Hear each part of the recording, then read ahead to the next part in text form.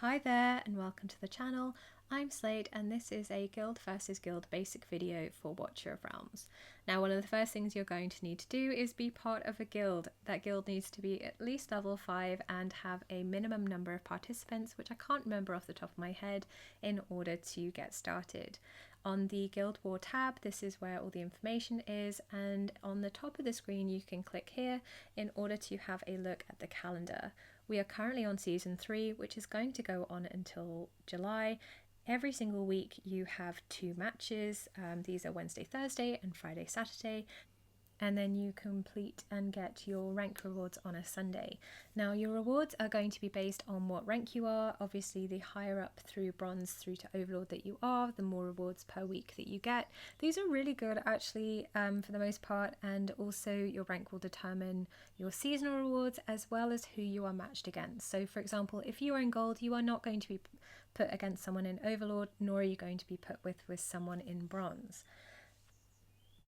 Now, because Guild Wars is a cooperative game mode, it requires you to work with your teammates. Your experience is going to really vary depending on what kind of guild that you are in. If you're in one that is quite young or is incredibly relaxed, then you'll probably just do your own thing, hit what you can, and sort of see how you as a guild progress. But if you are pushing for higher ranks, or you are in something that's quite competitive, then that's where you are going to need a level of communication and coordination. Things like Discord are absolutely fantastic for getting together. You can swap strategies, you can coordinate who's going to hit when, and it has quite a fun element. You know, we all sort of get together and do our hits and have a good giggle about it. And anyway, on the coordination side of things, you need to decide who is going to go where. One thing I'll say is that each win is about 0.55%, but keeps are worth more. And obviously the idea is that you take down more of their health than they take down yours. So you want to have your strongest members of your guild occupying the keeps, and then pretty much everyone else will occupy a tower. And then finally, you want to have your weakest members into the bubble where they are protected. And the reason they're protected is they can't be hit until your enemy or clears the entirety of the rest of the camps. Obviously, one of the things that you need to do is set a defense. So we're going to go over the basics of how to set a defense. I will say that the meta teams are constantly evolving. GvG is sort of very similar to rock, paper, scissors in the fact that there is always a way to beat a team, but the aim is to mitigate the ease in which your opponent can do this. We're going to use a northern team here as an example for different placements that you can use. So one thing you should absolutely include in any defense is a tank. Then I would also recommend you include a healer. The only exception to this would be a Constance who can heal even though she's a defender, and or if you just decide that you can completely out BP everyone. A long-range fighter such as Valkyra is another very good suggestion, same as Arrogance, and then also something that can hit air. It doesn't have to be a marksman, you could decide to go for a mage instead. And finally, you have a flex spot. This could be another ground unit or it could be another platform unit. Now, the first placement that I'm going to talk about is called the portal placement.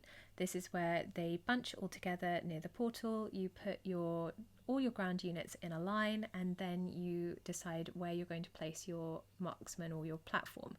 They can either go here in the front, or you can pick them up and you can actually decide to put them in the back. And then wherever the DPS unit isn't, that is where you are going to place your healer. Now just remember, placements will change depending on your healer's range. You could put here with Vortex Hatsit up there, but she's quite exposed, so I'd recommend sticking them all much closer together. Now, the next placement that you can do is moving them to just outside of the portal. What we're going to do here is, again, we're going to place our defender first, but they are going to go to the leftmost of those middle places.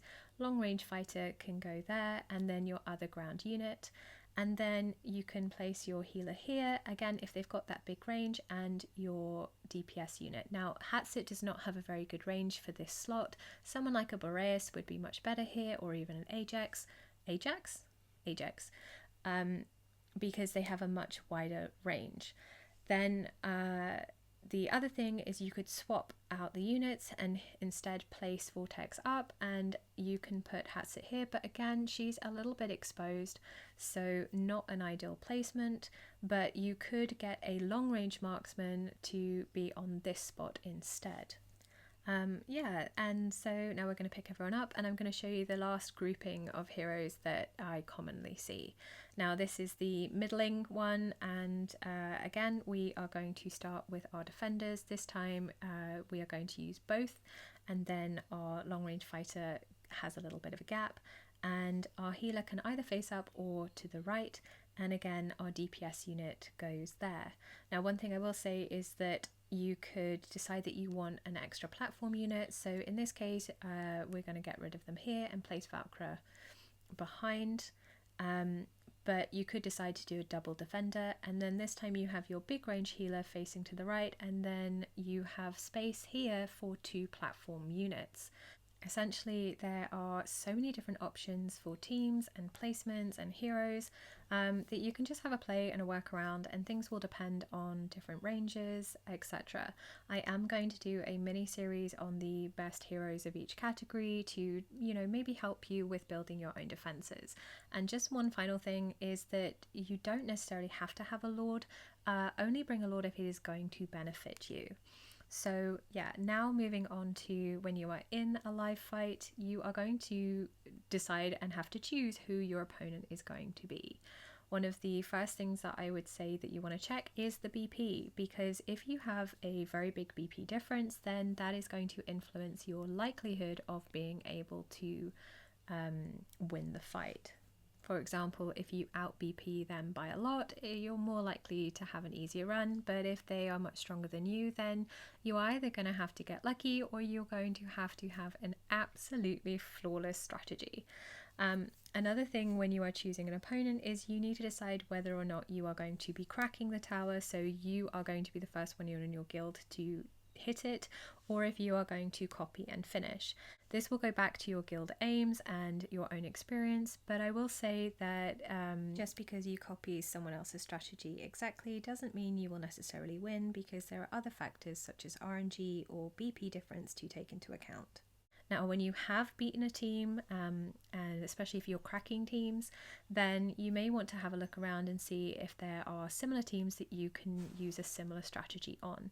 So for example, I have just completed bombing a nightmare team, and so I'm going to have a look and see what other teams are available that I could also hit. So I also hit this nightmare team, and then there was also another one that I went, oh, this is similar enough, I can use the same strategy.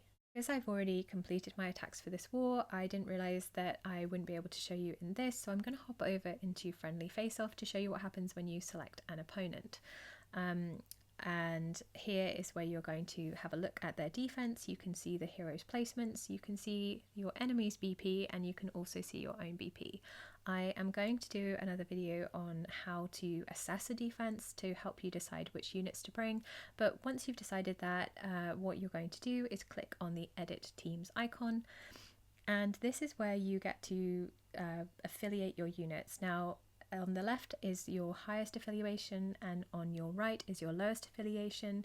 Destiny actually has a fantastic video that goes into a lot of depth on the affiliation of units. It will be linked in the description below, but essentially you want to gear your heroes to get the maximum BP to boost your demon soldiers.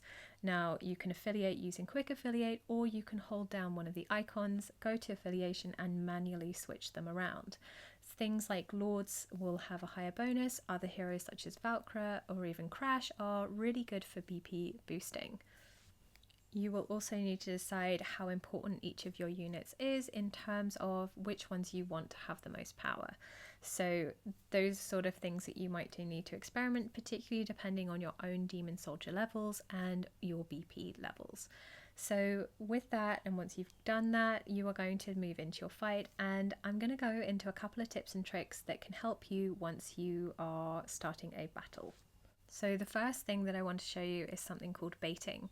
I am going to quickly show you with this comp. We are going to predominantly use flyers to get over it. If I just send my flyers straight away, without taking any heed to the character's ultimates, what you'll see here is that Boreas is going to get his ultimate and completely destroy my epic flyers. They have absolutely no shot. I have no shot, and that is because my units got altered. So what we're going to do instead this time is we are going to bait Boreas's ult, which means we are going to trigger his ult so that we can send our units at a different time.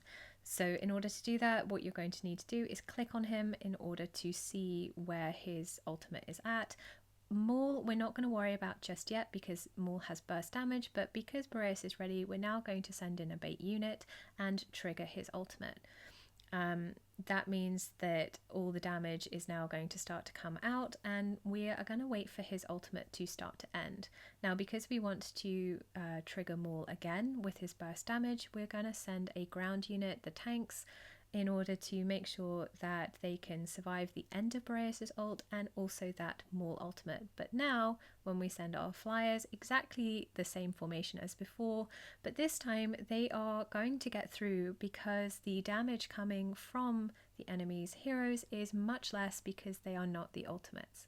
So yeah, that is one reason why you want to bait, and you just need to keep an eye on all the what I'd call danger units of your opponent.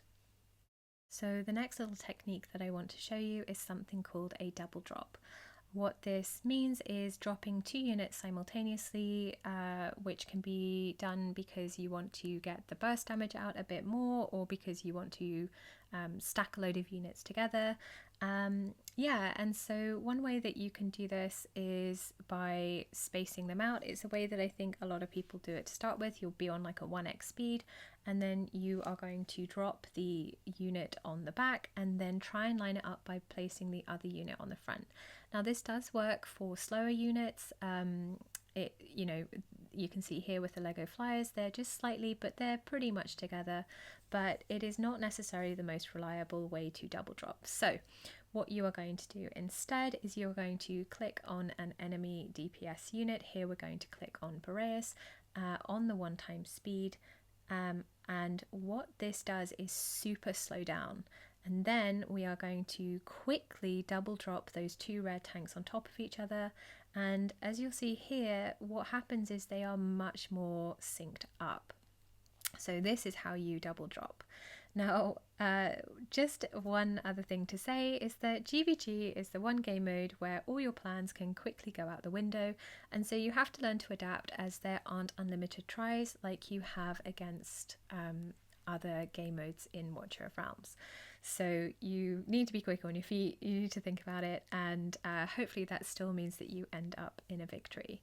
Now, after you have finished your fight, I would recommend you watch the replays. This is one of the best ways to learn, and I think I might have mentioned it before. Even if you win or lose, you can have a look and see where your timing is, what could have been close, what was sort of good. And yeah, it's just that's one of the best ways that I can recommend it.